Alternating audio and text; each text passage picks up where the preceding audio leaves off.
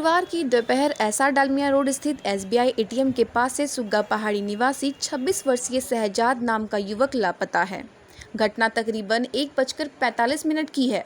युवक के पिता शहाबुद्दीन शेख ने बताया कि वे शहजाद से फ़ोन पर 1:44 पर बात किए। वह एटीएम से पैसा निकालने आया था। पैसा निकासी करने के बाद उससे बात हुई, जिससे वह बोला कि एक जगह नापी करने जाना है। शहजाद चांदवारी में गेट ग्रिल बनाने का काम करता है। शाम होने तक उसके आने का इंतज़ार किए। कई बार बीच में फ़ोन लगाए तो मोबाइल स्विच ऑफ आया। काफ़ी इंतज़ार करने के बाद जब वह घर नहीं आया तो हम लोग खोजबीन शुरू किए, जिसमें उसका बाइक एटीएम के पास ही लॉक पड़ा हुआ था। शाम में इसकी सूचना पुलिस को दी गई। मौके पर पुलिस प्रशासन के एएसआई घटनास्थल पहुंचकर मोती पटवाल के घर में लगे सीसीटीवी कैमरे की छानबीन शुरू किए, जिसमें किसी भी तरह का कोई संदेहास्पद हरकत नहीं दिखा। यह खबर पूरे शहर में धीरे धीरे आग की तरह फैल गई। जो उन्हें जानते थे वे घटनास्थल पहुंचकर मामले को समझने की कोशिश करने लगे। देखते ही देखते मधुपुर सारठ मुख्य मार्ग के किनारे एसबीआई एटीएम के समक्ष सैकड़ों लोगों की भीड़ जमा हो गई। अब इस घटना के पीछे का रहस्य क्या है, वो पुलिस प्रशासन द्वारा छानबीन के बाद ही पता चलेगा। नाम शाहजाद। शाहजाद, कितना उम्र है? उम्र 26 वर्ष। 26। कैसे गायब हुआ, क्या हुआ, क्या बजे? हुआ था पैसा उठाने के लिए एटीएम से। कुछ पैसा घर में जरूरत अब लोग उठा लिया है, तो बोला पैसा उठा लिए हैं, ऐसा है मतलब नापी लेते हैं हमारे किस कहाँ पर, वहीं चरवारी गली में, यही गली है। इसी बहाने में उसको कोई ले गया, कोई पकड़ के ले गया। हाँ ले जाना पैसा। वो सारा दूगो सिम था उसका, मोबाइल में दोनों सिम मतलब मोबाइल बंद है।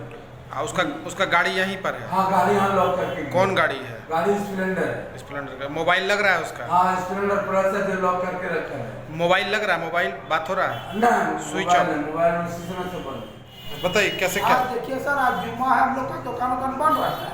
अभी जुम्मा नहीं पड़ सका, 2 बजे जो है सो ने 1:30 बजे यहाँ पैसा निकाला। अपना बाप से बात किया जो है सो कि मैंने हम पैसा निकाल लिए। उसके बाद जो है सो मोटरसाइकिल यहाँ है, 2:30 बजे से उसका स्विच ऑफ है। अब मैंने स्विच लगेगा तब नहीं पता चलेगा कहाँ है कहाँ नहीं। अब जब खोजबीन करने लगे मोटरसाइकिल यहाँ लॉक है और उसका पते नहीं। लड़का का नाम क्या है? मोहम्मद शाहजाद। कितना उम्र होगा? उम्र कितना होगा? 24, 25, 26 साल होगा। कुलदेवी आदि महालक्ष्मी जन आशीर्वाद रथ शुक्रवार को मधुपुर पहुंची। शहर के अग्रसेन भवन रथ पहुंचते ही मारवाड़ी महिला समिति, मारवाड़ी महिला सम्मेलन, सुंदरकांड समिति, श्याम सखी परिवार, दादी समिति, शाकंभरी महिला परिवार, मारवाड़ी युवा मंच के पदाधिकारी व सदस्यों के द्वारा जन आशीर्वाद यात्रा रथ का स्वागत किया गया। साथ ही सामूहिक रूप से सभी ने महालक्ष्मी जी की आरती करते हुए प्रसाद वितरित किया। इसके उपरांत महिला व पुरुषों ने अपने अपने हाथों में झंडे पटाखे लेकर लक्ष्मी जी की जय जयकार करते हुए शोभा यात्रा निकाली गई। शहर के पटवाबाद से स्टेशन रोड, गांधी चौक, हटिया रोड पहुंची यात्रा अग्रसेन भवन पहुंचकर कार्यक्रम का समापन हुआ। मौके पर झारखंड प्रांतीय मारवाड़ी सम्मेलन के नवनिर्वाचित अध्यक्ष बसंत मित्तल, अनूप गुटगुटिया, रंजीत डालमिया, महेश बथवाल, मनोज खेमका, अभिषेक जालान आदि कई लोग शामिल थे। वहीं कार्यक्रम का संयोजन कन्हैयालाल कन्नू ने किया। रथ यात्रा मूलतः कुलदेवी आदि महालक्ष्मी का अग्रवाहा शक्तिपीठ में एक विशाल और भव्य मंदिर का निर्माण हो रहा है। उस मंदिर निर्माण के तहत हमारे राष्ट्रपति जी की सोच है कि 10 करोड़ अग्रवाल जो पूरे भारतवर्ष में रहते हैं, सबका इसमें सहयोग रहे, सबका जागृत के माध्यम से सबके पास ये रथ जाए और उनकी एक एक ईंट इसमें लगे, जिससे कि जब कभी भी वो अग्रवाहा आए तो उनको लगे कि इस मंदिर निर्माण में हमारे भी पूर्वजों का, हमारे भी भाइयों का, हमारे भी माताओं बहनों का सहयोग है। और 10 करोड़ अग्रवालों को एक सूत्र में पिरोने के लिए और पूरे भारतवर्ष के 135 करोड़ जनमानस को इससे जोड़ने के लिए कि माता का आशीर्वाद सबको मिले। ये रथ पूरे भारत में 4 भागों से पूरा पश्चिम उत्तर तक निकला है। 1 साल के अंदर में पुनः अग्रवाहा से चलकर ये रथ अग्रवाहा में जाकर समाप्त होगा। तो इसका मेन उद्देश्य कि माला के रूप में पूरे अग्रवाल समाज को जोड़ना और पूरे भारतवर्ष को शांति स्थापित करना, एक सूत्र में पिरोना, आतंकवाद, नक्सलवाद, उग्रवाद से भारत को मुक्ति मिले, यही इसकी मेन कामना है। और कुलदेवी आदि महालक्ष्मी वो माता हैं जो विषम परिस्थितियों में जब अकाल भूकंप ये सब आए अग्रोहा में, तो महाराजा अग्रसेन ने यज्ञ की, तपस्या की, तो कुल देवी आद्य महालक्ष्मी स्वयं आकर ने आशीर्वाद दी, दर्शन दी। वही कुल देवी आद्य महालक्ष्मी का वहाँ मंदिर बन रहा है और हम लोगों की तो जननी माँ है। और आज पितृपक्ष में माता का आगमन और बाबा का आगमन अपने झारखंड की भूमि पे हो रहा है, आज मधुपुर की भूमि पे हुआ है। ये हम लोगों के लिए सौभाग्य की बात है। हम लोग सभी अपने घरों में आज पितरों को तर्पण करते हैं और जो अग्रवालों के मुख्य पितर हैं, जिनके हम संतान हैं, वो खुद चल के हम लोग पास आए हैं। इससे बड़ा सौभाग्य नहीं हो सकता। बहुत लायंस क्लब जिला 322 द्वारा 11 से 17 सितंबर तक गरीबों एवं भूखे लोगों के बीच फीड द हंगर सप्ताह चलाया गया। कार्यक्रम का उद्देश्य गरीबों के बीच खाद्य सामग्री दान देकर समाज को जागरूक करने में सहयोग करना है। लायंस क्लब इंटरनेशनल के जिला 322 अंतर्गत सेवारत लायंस क्लब मधुपुर द्वारा आज भी द हंगर भूखों को भोजन के तहत 150 से अधिक गरीबों के बीच चूड़ा, गुड़, बिस्किट, मुढ़ी का वितरण शांति निकेतन मार्केट में किया गया। कार्यक्रम को सफल बनाने में लायंस सदस्य अरुण गुडगुटिया, विमल गुडगुटिया, सुमन गुडगुटिया, प्रेम पाठक, महेंद्र घोष, सुरेश मिश्रा, उदय मारोदिया, नरेश भाई पटेल, शुभेंदु दाव, दीपक जायसवाल, प्रतीक डालमिया, विजय लक्ष्मीराम का, वैभव डालमिया आदि लोग उपस्थित थे।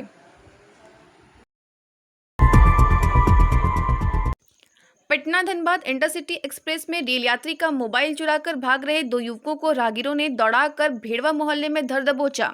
वह पुलिस के हवाले कर दिया।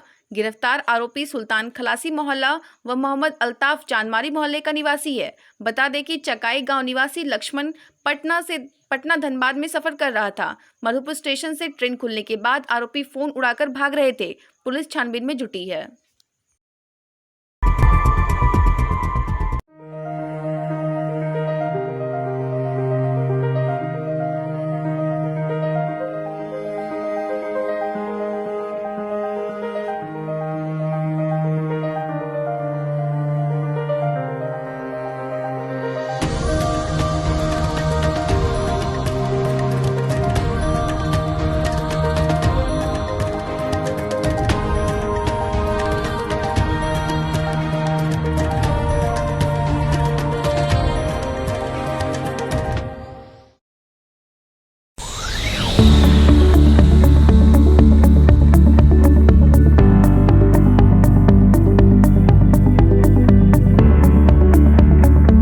मधुस्थल institute of paramedical sciences Madhupur के सलैया में अवस्थित है, जिस पर DMLT, डॉट, DX-ray तथा ED की पढ़ाई द्वारा सरकारी और गैर सरकारी नौकरी आसानी से प्राप्त की जा सकती है। नामांकन जारी है।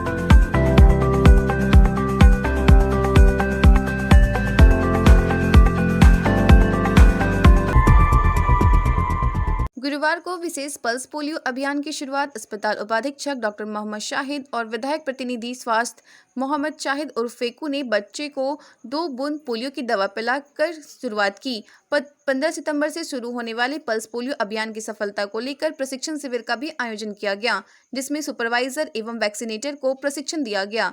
उपाधीक्षक डॉक्टर मोहम्मद शाहिद ने कहा कि पल्स पोलियो अभियान 15 से 17 सितंबर तक चलेगा, जिसमें 15 सितंबर को बूथ पर एवं 16 एवं 17 को घर घर जाकर स्वास्थ्यकर्मी 0 से 5 वर्ष के बच्चों को पोलियो की खुराक पिलाएंगे।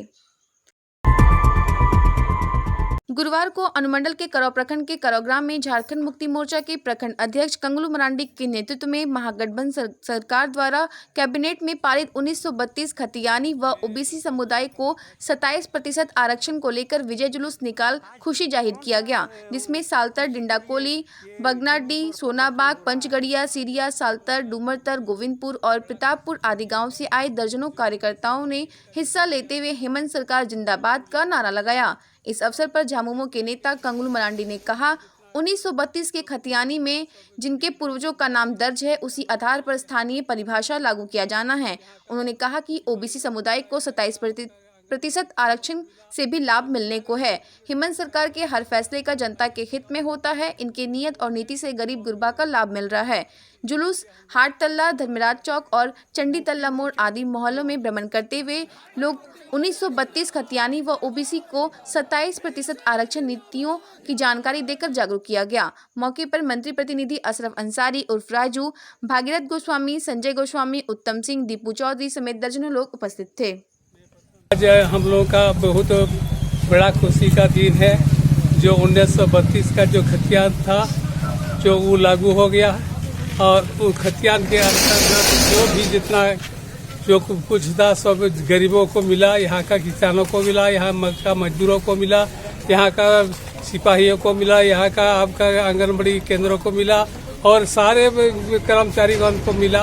और इसी अवसर पर आज हम लोग खुश हैं और इसीलिए हम लोग नारा लगा रहे हैं मुक्ति मोर्चा की ओर से।